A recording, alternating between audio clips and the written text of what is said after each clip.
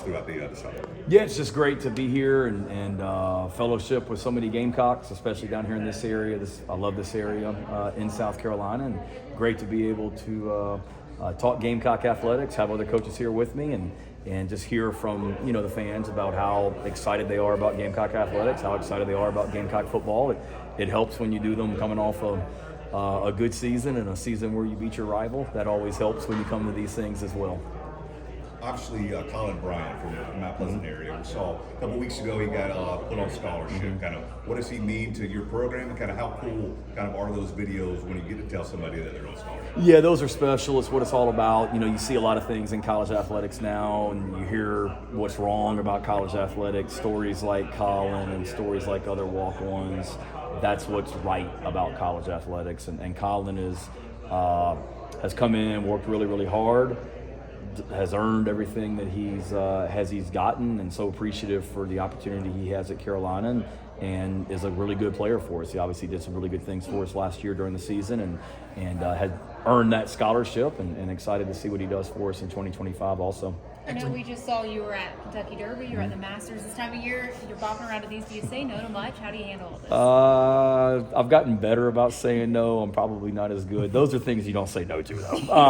And I love doing these and going out. So we're doing 3 of these this week, counting tonight, and then 1 next week. So I enjoy that aspect of it. And certainly being able to go Kentucky Derby, Masters, things like that as well. May's it's never a slow month, but May's a month where I'm able to say yes to a little bit more, just because it's, your assistant coaches are out on the road recruiting, head coaches can't go out in the month of May. The players, they don't have to be here in May because summer school hasn't started yet. So we've got about a third of our team that'll stay in Columbia for the month of May, but there's nothing structured. It's all kind of on your own, so it's a chance for me to do things like this and go places like the Kentucky Derby, but also get ahead and do a lot of planning when it comes to the upcoming season and what preseason camp's going to look like. The pressing questions, we did have some people asking, sorry, did you see Xavier Legette at the Derby? People were mad if you didn't. We were texting or messaging each other back and forth, and we never did. There's 160,000 people at that thing, so it was kind of hard. I knew where he was. He knew where I was, so we did communicate back and forth about where we were. But it was one of those things, if I try and go where he is, I may never get back. And if he tries to come where I am, I'll never get back. But saw a lot of people while I was up there that weekend. It's kind of a who's who of seeing people up there. But the guy that I wanted to see was Zay, and we weren't able to connect. Dang, did you see his content? I did see his content. No, his content's phenomenal. Shane, expectations are kind of a funny thing here. Yeah. You like them high, you like them low. I mean, where do you want them? And certainly going into this season, they're super high. Yeah, How do you handle that? No, you certainly you want high expectations. Our players and the people in our program, I believe, embrace those high expectations and understand that with those expectations, you have to prepare the right way, that it doesn't just happen, because there's plenty of teams, and we've talked about it a lot as a team. There's plenty of teams every year that have high expectations and fall well short of those expectations, and it's usually coming out of the gate as well. So understanding that there's a lot of expectations, and rightfully so, at our place. You want that as a coach, where there are high expectations within the media, with the fan base, but making sure too that that's all talk. Right. That last year at this time, nobody thought we would win 9 games and be in the mix for a playoff spot at the end of the season. This year, we need to make sure we do a great job of not sitting here listening to everybody tell us how good we're supposed to be, and understanding the work that goes into it. But certainly it beats the alternative of everybody picking you to, be dead last or anything like that. I like the expectations of being up there higher. You don't embrace it or run away from it then? No, definitely don't run away from it. I would say embrace it, and that, hey, people, we should be good. I mean, we got a talented quarterback coming back. We've got a really good pass rusher coming back. We're really young, especially on defense, and at wide receiver, but we've got talented players, and the players that come into our program, they come into this program expecting to win at a high level. So certainly we embrace that, but you also better embrace the amount of work that it goes into being good. It's not just talking about it and then it happens. Preseason expectations are based on were you pretty good last season, and does your quarterback come back? I mean, that's pretty much what it is every year with people. And nobody thought we were going to be any good last year because our quarterback left, and we weren't, from a record standpoint, what we needed to be in 2023. This year, we got a lot of guys coming back. We were good last year. Our quarterback returned, so rightfully so, you're going to be picked pretty high. But it's not – I wish it was that simple, but it's not that simple. You guys have obviously added 2 or 3 players since you had one of these events previously. Yeah. What do you think those guys will add to the team, and do you foresee any other guys coming in before the season? Possibly. When we went into it, you looked at it and you said, okay, we've got some depth concerns on the offensive line, and we've got some depth concerns on the defensive line, meaning tackle and defensive end, whether it be injury or transfers. And we knew that we needed to address those, particularly from a depth standpoint. So I feel like we have. They add competition to those rooms on the defensive line and on the offensive line. We've added older guys with some experience because we're still young at a lot of spots, those 2 specifically. And then in regards to any more before the season, nothing imminent. We had some guys that were in on visits that haven't made decisions quite yet that, there still may be, but right now I feel really good about where we are, and if we add 1 or 2 guys before the season, great, but if not, that's okay too. Coach, you talked about Woodland High School grad Cam Pringle entering the portal right now, and you said that you wish everybody could play more. Do you have any more thoughts on that? No, that's what it is. There's only 11 that can be out there at a time, and wish Cam well. I texted him when I saw that he was going to Syracuse and wished him well and told him good luck. And I hate that. I think you realize that players want to play immediately.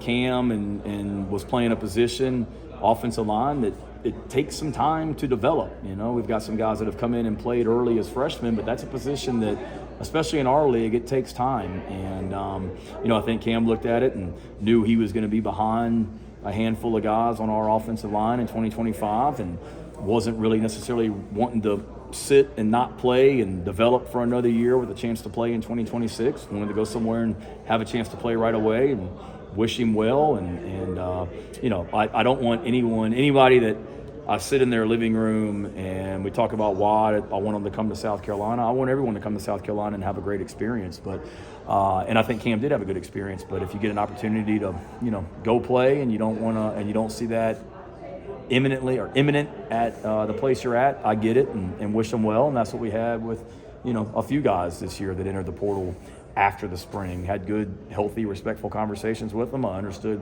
why they wanted to enter the portal and what the reasons were, and we wish them well. How difficult was it to have exit meetings, not knowing for sure how many people you'd be allowed to have on your roster? Difficult. I just literally got off the phone with a college basketball coach in the Big East that was calling and just kind of picking my brain on, like, how are you doing this in football right now as well?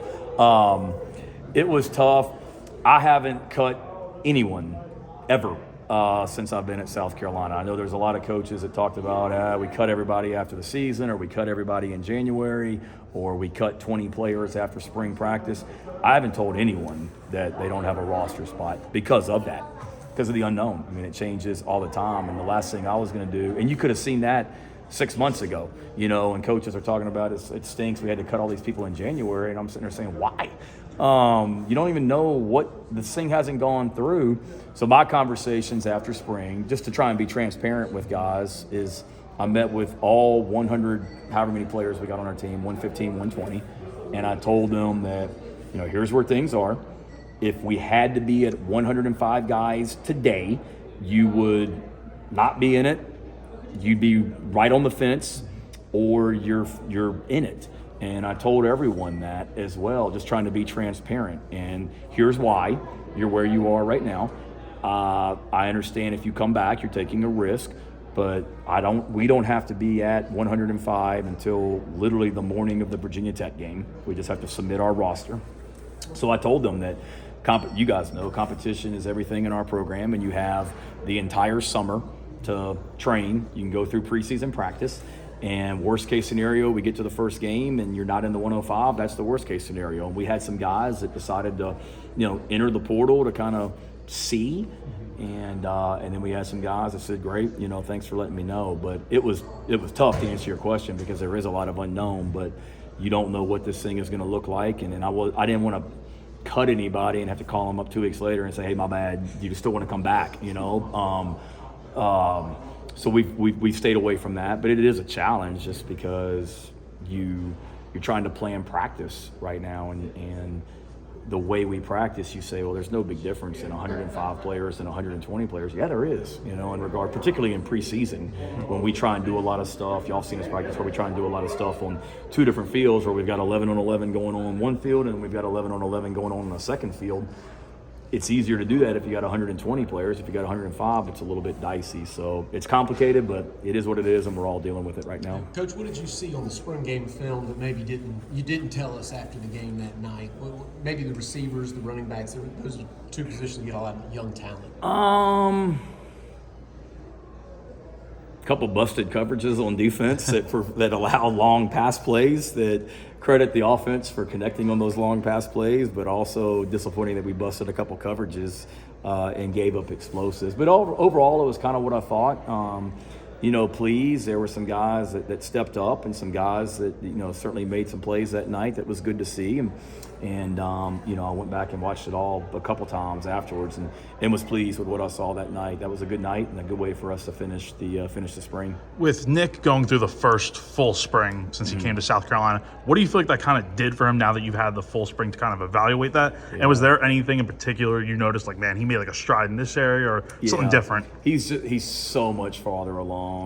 Credit him and credit Mike Furry for how he's poured into him. Nick works really, really hard. You guys have heard me talk about that. I mean, even on our off days during the season, our off days are Mondays, and he's in there every Monday just running routes and working on his technique.